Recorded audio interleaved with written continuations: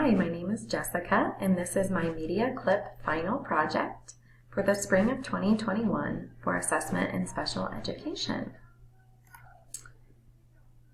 My first slide discusses the least restrictive environment, and I did go ahead and put in my own words what the least restrictive environment means to me. The least restrictive environment refers to the location closest to a typical classroom setting that a child with special needs will receive their instruction or services in. Our textbook gives a good definition and the following information regarding the least restrictive environment. And it shares that to the maximum extent appropriate, children with disabilities are educated with children who are non-disabled.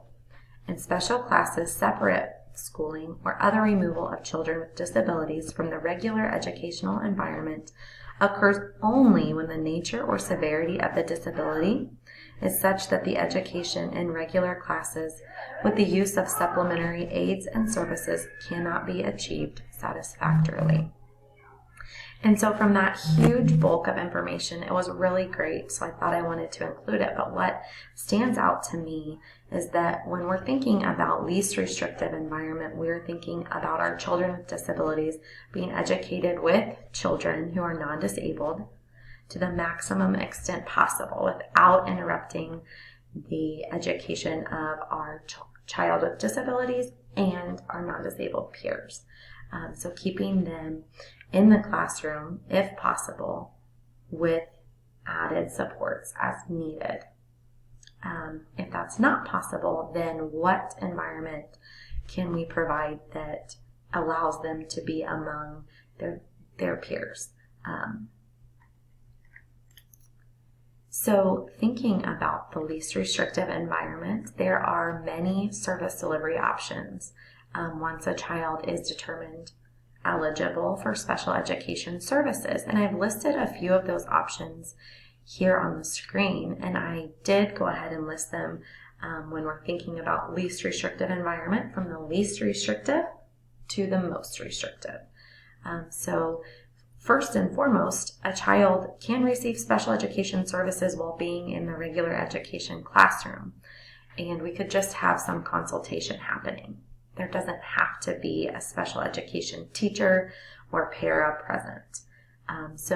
However, that is another possibility. A child could receive services in the regular education classroom with some special education support provided by a special education para.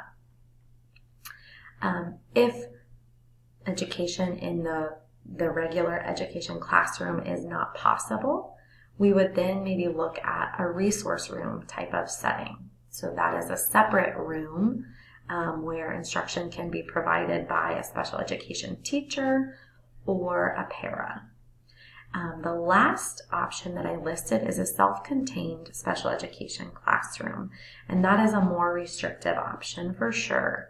An example of a self-contained classroom, I did teach functional special education at Coronado Elementary.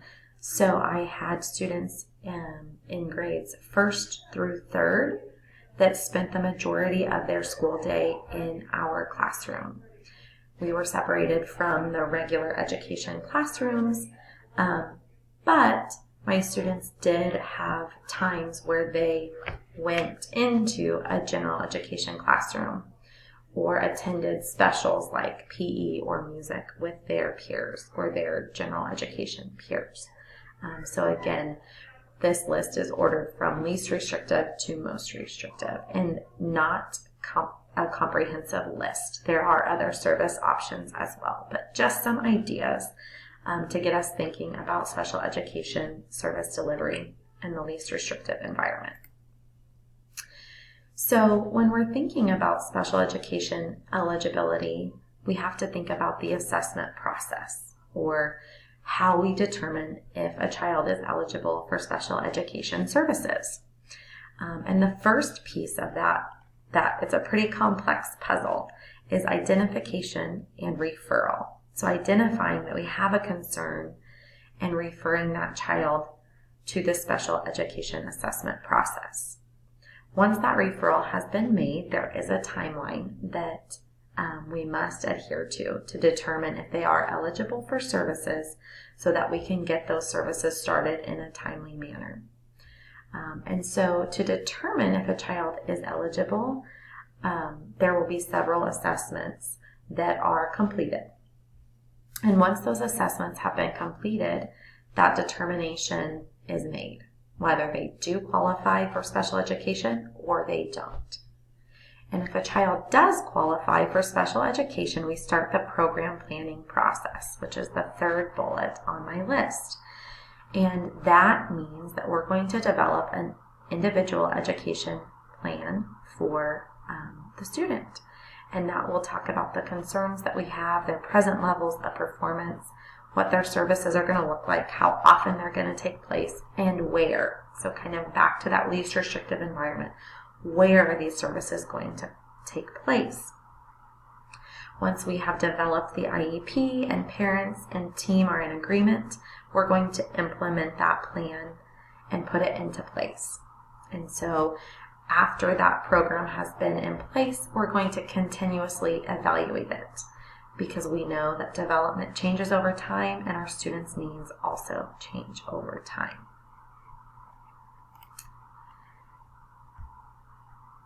And so kind of talking about that evaluation piece, that last part, it said implementation and evaluation. We want to think of this assessment process as kind of a cyclical thing. Because like I said previously, a child's development changes over time, which means their needs change over time. So we can't create a plan for a child in first grade and expect all of those interventions to be appropriate by the time the child is in sixth grade. We're going to want to tweak that plan as they gain new skills and they continue to develop so that it's an effective plan for them throughout their schooling. And so to ensure that we're meeting our child's needs and we have appropriate services and they are in the least restrictive environment, we're going to review their IEP or their plan for services, and that has to be done annually.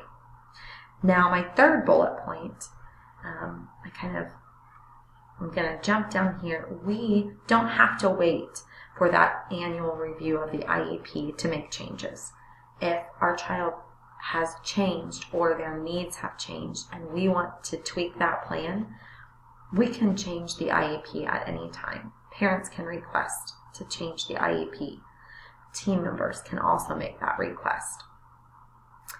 As I mentioned before, we don't probably want our child's services to be presented in first grade and lasting all the way through sixth grade. We want to evaluate whether they still qualify for special education services, at least every 3 years, just to make sure that that need is still present. When we're talking about the IEP team, we talk about general education teachers, special education teachers, and you're going to hear me say parents. And parents are an integral part of that team and a very important member. And so to encourage them to participate in that whole process, we've got 5 strategies listed. So the first strategy I am going to talk about relates to communication. And when a child or a parent has a child with special needs, oftentimes they get a lot of negative information from the school. And we want to make sure that the school or the special education team is not a source of anxiety or a source of negative information for that parent. So we're going to make sure that our communication with parents is very positive. And so to encourage more of that positive communication, we want to make sure that when Johnny has a good day at school, we let mom and dad know because they want to hear all of the great things that they're doing. We want to focus on ability rather than disability. So making that positive communication routine and frequent. We also, while we say routine and frequent, we want to be cautious that it doesn't become unauthentic or meaningless. We want to make sure it's very authentic and meaningful and specific.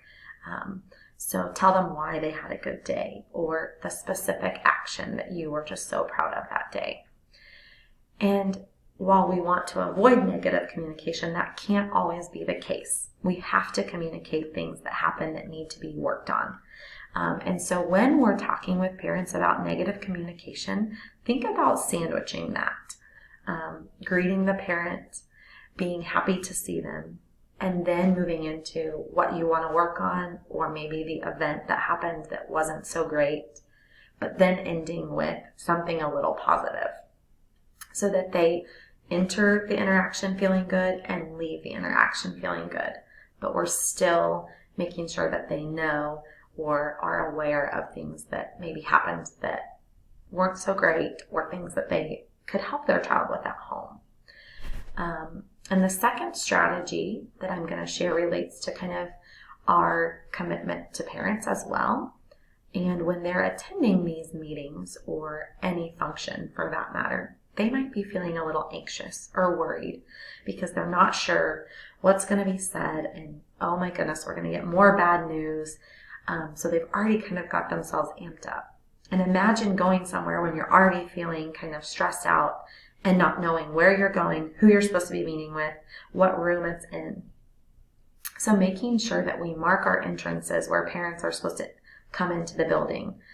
Have appropriate signage. So if they're looking for the conference room, having arrowed signs that conference room is this way so that they know where to go. Immediately greet them when they come into the room. Don't continue your sidebar conversation and 5 minutes later tell them hello. Make sure when they enter the room they feel welcome, they feel noticed. Sometimes maybe even a phone call could be appropriate. Letting them know kind of the procedure for entering the building and where to go. We also want the communication with our parents to be very conversational. We don't want it to be like uptight and professional and seem very rote. So develop that relationship so you can converse back and forth comfortably with your parents. When we think about even developing relationships with our students, they learn best when they feel that you like them and that you enjoy being around them. So a parent is going to want to spend time with you or want to attend those meetings if they feel that they have a connection with you and that they feel that you are invested in what you are discussing in their child's education. So continuing to think about our skills to encourage our parents to participate, we're going to want to make sure that we are educated and we are aware of the needs of their child. So making sure that we seek out some continuing education that relates maybe to the needs of their child if they are something that we're not familiar with. And lastly, just when we think about an IEP team, parents sometimes feel like the teachers are here and the parent is here. Maybe that they feel they're a less important member of the team or less respected or less valuable. And so I think the strategy says to use their appropriate title. So if I address them as Mr. So-and-so, I think that would make parents feel a little bit closer to that level or more valuable part of our team. The last slides that we're going to look at are types of scores that we're going to find when completing assessments. And they are listed here: percentile ranks, standard scores, and stay-nines. A percentile rank refers to a percentage of people and not a percentage of test items. When we're talking about standard scores, they can be converted directly back into a percentile rank. And you'll often see them pictured on a curve. And so most of the scores are going to be found in the middle of that curve and fewer at the, lying at the outer end or to the extremes. And lastly, stay-nines. The stay-nine distribution is divided into 9 segments or standard nines. And it is a less precise score than a standard score. Because it doesn't represent a specific score, rather represents a range of performance. And that concludes my presentation. Thank you.